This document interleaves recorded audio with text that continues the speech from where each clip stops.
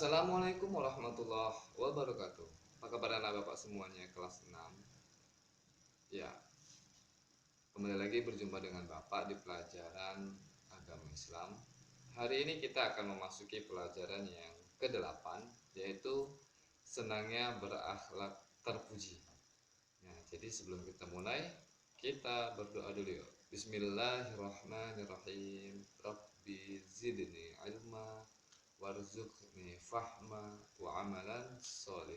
Amin ya rabbal alamin. Nah, Bapak perhatikan gambar di samping. Ya, gambar apa itu? Menerima pemberian dengan baik sangka.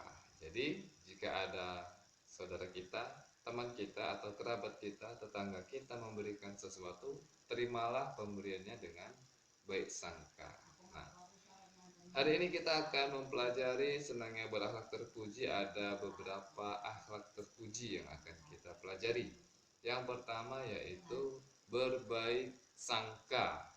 Yang kedua simpati. Yang ketiga toleran. Yang keempat hidup rukun.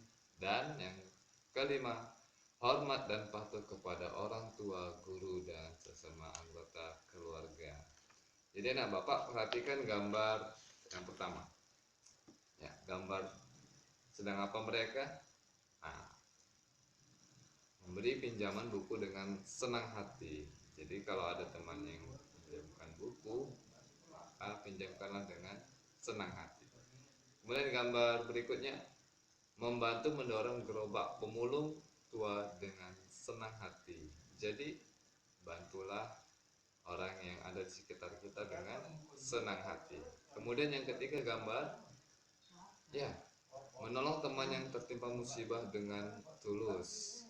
Ya, dia membantu kawannya yang jatuh dari sepeda. Dan yang terakhir, belajar dengan senang. Gambar satu keluarga sedang berada dalam suatu ruangan. Bagaimana Bapak, kita memasuki bagian berbaik sangka. Bagi kami punya bukunya, boleh buka halaman 77, berbaik sangka. Nah, mulai dari cerita tentang berpikir positif. Nah, silakan kamu buka bukunya dan kamu baca nanti cerita tentang berpikir positif seorang raja dengan satu orang prajuritnya yang berbaik sangka, sehingga pada akhirnya sang raja pun bersyukur dan sang pengawalnya pun juga bersyukur karena berbaik sangka. Jadi anak bapak, sebenarnya apa arti berbaik sangka itu? Berbaik sangka itu berasal dari kata sangka yang artinya menduga atau taksiran. Nah, jadi kalau kita menduga, mentaksir itu namanya berprasangka. Berbaik sangka adalah menduga yang baik terhadap sesuatu. Jadi kita mentaksir, kita menduga yang baik terhadap sesuatu. Jadi apapun yang terjadi, kita berpikiran baik dan selalu menduga itu sesuatu yang baik. Perhatikan surah Al-Hujurat ayat 12. Boleh buka bukunya atau boleh buka Al-Qur'annya. Kalau di buku halaman 78 di Al-Qur'an, surah yang ke-49, yaitu surah Al-Hujurat ayatnya ayat ke-12. A'udzu billahi minasyaitonir rajim. Ya ayyuhalladzina amanu jtanibu katsiran minaz zanni inna ba'daz zanni ismun wa la tajassasu wa la yaghtab ba'dukum ba'da ayuhibbu ahadukum an yakula lahma akhihi maitan fakarihtumuh wattaqullah innallaha tawwabur rahim. Artinya, wahai orang-orang yang beriman, jauhilah banyak prasangka, sesungguhnya sebagian prasangka itu dosa. Dan janganlah kamu mencari-cari kesalahan orang lain, dan janganlah ada di antara kamu yang menggunjing sebagian yang lain. Apakah ada di antara kamu yang suka memakan daging saudaranya yang sudah mati? Tentu kamu merasa jijik dan takwalah kepada Allah. Sesungguhnya Allah Maha menerima taubat, Maha penyayang. Jadi anak Bapak, Allah mengisyaratkan kalau kita menduga yang buruk atau berprasangka yang buruk kepada saudara kita, itu salah satu dosa. Kalau kita sudah menduga yang buruk, pasti kita ujung-ujungnya menggunjing, menceritakan keburukannya, menceritakan aibnya, mencari-cari kesalahannya. Nah, kalau kita melakukan itu semua, Allah mengibaratkan kita seperti memakan bangkai manusia. Bangkai saudara kita makan. Apakah enak makan bangkai? Pasti jijik. Nah, jadi anak Bapak, mulai dari sekarang jauhilah perbuatan menggunjing. Teruslah kita berbaik sangka kepada siapa saja, terutama kepada Allah Subhanahu wa Ta'ala. Banyak contoh perilaku baik sangka, silakan kamu baca bukunya. Salah satunya adalah kita tanpa curiga meminjamkan uang jajan kita untuk dibelikan buku oleh teman kita, dibelikan oleh makanan bagi teman kita karena dia tidak punya. Kemudian kita memasuki simpati. Silakan perhatikan bukunya halaman 79, kisah tentang daun teratai dan kangkung. Nanti kamu baca sambil melihat video ini, kamu baca bukunya. Kisah itu menceritakan tentang apa? Jadi, simpati adalah rasa kasih atau rasa setuju kepada dan rasa suka. Jadi anak Bapak, simpati diartikan sebagai perasaan kebersamaan secara sosial hingga seseorang dapat merasakan apa yang dirasakan oleh orang lain kalau itu terjadi pada dirinya. Jadi kita merasakan apa yang dirasakan oleh saudara kita, apa yang dirasakan oleh orang lain, terutama dalam hal kesulitan, kesedihan, ataupun apapun itu, kita turut merasakan rasa yang sama. Itulah simpati. Contohnya apa? Banyak ketika teman kita mendapat musibah, keluarganya meninggal dunia, maka kita simpati, kita merasa sedih dan kita turut berduka cita. Itulah rasa simpati. Kita mendengarkan kisah keluh kesahnya, kita mendengarkan curhatan isi hati. Kemudian banyak lagi contoh. Kemudian kita memasuki sikap toleran. Nah, silakan dibuka halaman 81, kisah toleransi. Jadi anak Bapak, toleran itu kata sifat yang menunjukkan sikap tenggang rasa, atau tenggang rasa itu menghargai, membiarkan, membolehkan pendirian. Pendirian itu seperti pendapat, pandangan, kepercayaan, kebiasaan, kelakuan, dan sebagainya yang berbeda dengan pendirian sendiri. Nah, jadi anak Bapak, kita saling menghormati, saling bekerja sama di antara kelompok-kelompok masyarakat yang berbeda, baik berbedanya secara etnis, bahasa, budaya, politik maupun agama. Jadi toleransi ini saling menghargai dan tidak mengganggu, ya, saling menghargai. Contoh toleransi itu banyak anak Bapak. Ketika teman kita merayakan perayaan hari besar agama dia, maka silakan, jangan kita ganggu, jangan kita ikut-ikutin. Begitu juga dengan kita, ketika kita merayakan hari raya, silakan kita rayakan dengan baik tanpa mengganggu yang tidak merayakan. Begitu juga dengan puasa. Ketika kita berpuasa, kita berpuasalah dengan baik, dan kita jangan mengganggu saudara kita yang sedang berpuasa.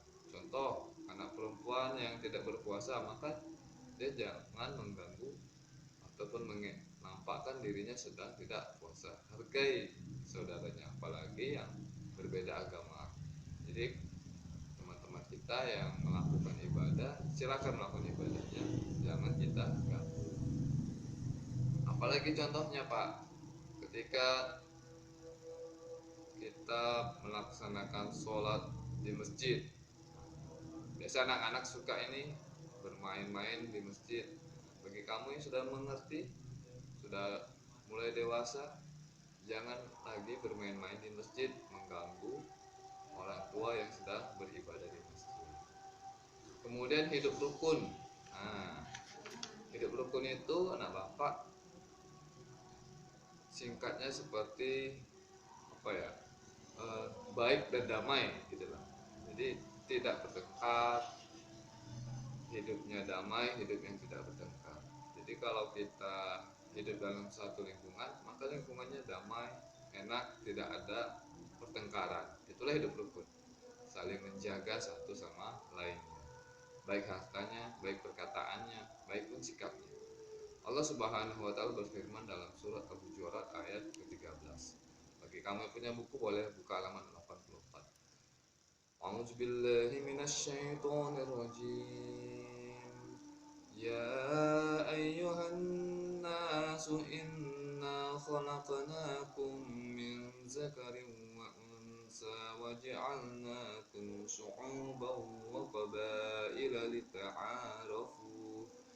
Inna akramakum 'indallahi atqakum. Innallaha 'alimun khabir. Artinya, wahai manusia, sungguh kami telah menciptakan kamu dari seorang laki-laki dan seorang perempuan. Kemudian kami jadikan kamu berbangsa-bangsa dan bersuku-suku, agar kamu saling mengenal. Sesungguhnya yang paling mulia di antara kamu di sisi Allah ialah orang yang paling bertakwa. Sungguh Allah Maha mengetahui, Maha teliti. Jadi anak bapak, pada hakikatnya kita ini diciptakan memang berbeda-beda. Ada laki-laki, ada perempuan, ada suku A, suku B, ada suku Jawa, suku Batak dan lainnya. Itu semua biar kita saling mengenal. Ketika sudah saling kenal, maka hidup rukun akan terjadi. Contoh hidup rukun banyak anak bapak.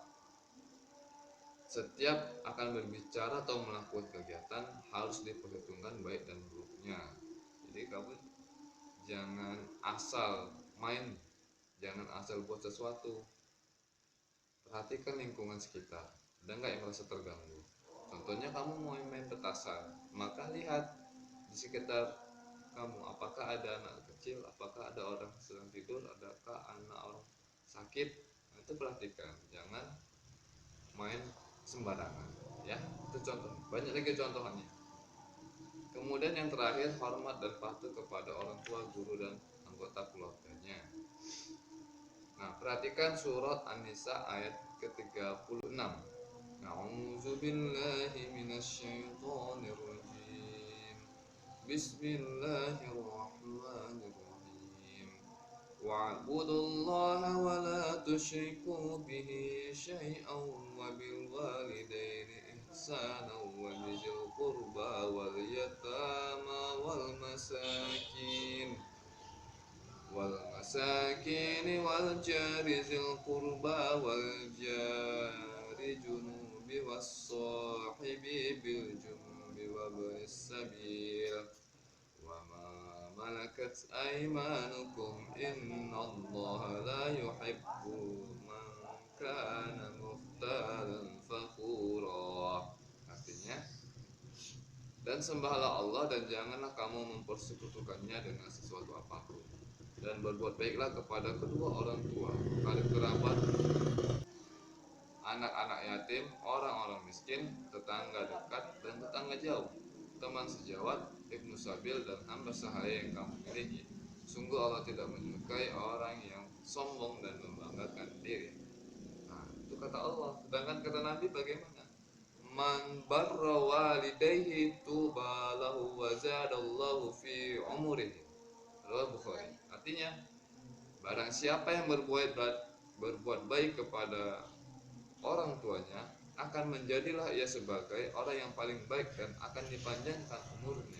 Masya Allah. Allah mewajibkan kita berbuat baik kepada kedua orang tua kita dan saudara-saudara kita. banyak ya. Contohnya berbuat baik ini dan sopan, hormat dan patuh kepada orang tua dan guru, kepada anggota keluarga yang lain. Contohnya apa? Ketika kita mau berangkat sekolah, mencium tangannya, ucapkan salam, mendoakan kedua orang tua kita setelah sholat. Itu contoh berperilaku baik, dan banyak lagi contohnya anak bapak. Jadi kesimpulannya, hari ini kita mempelajari tentang berakhlak terpuji. Akhlak terpuji yang hari ini kita pelajari mulai dari berbaik sangka, toleransi, simpati, hidup rukun, dan hormat dan patuh kepada kedua orang tua dan saudara-saudara kita. Jadi anak bapak silahkan dipraktekkan, mulailah dari hal yang paling kecil. Semoga bermanfaat. Mohon maaf.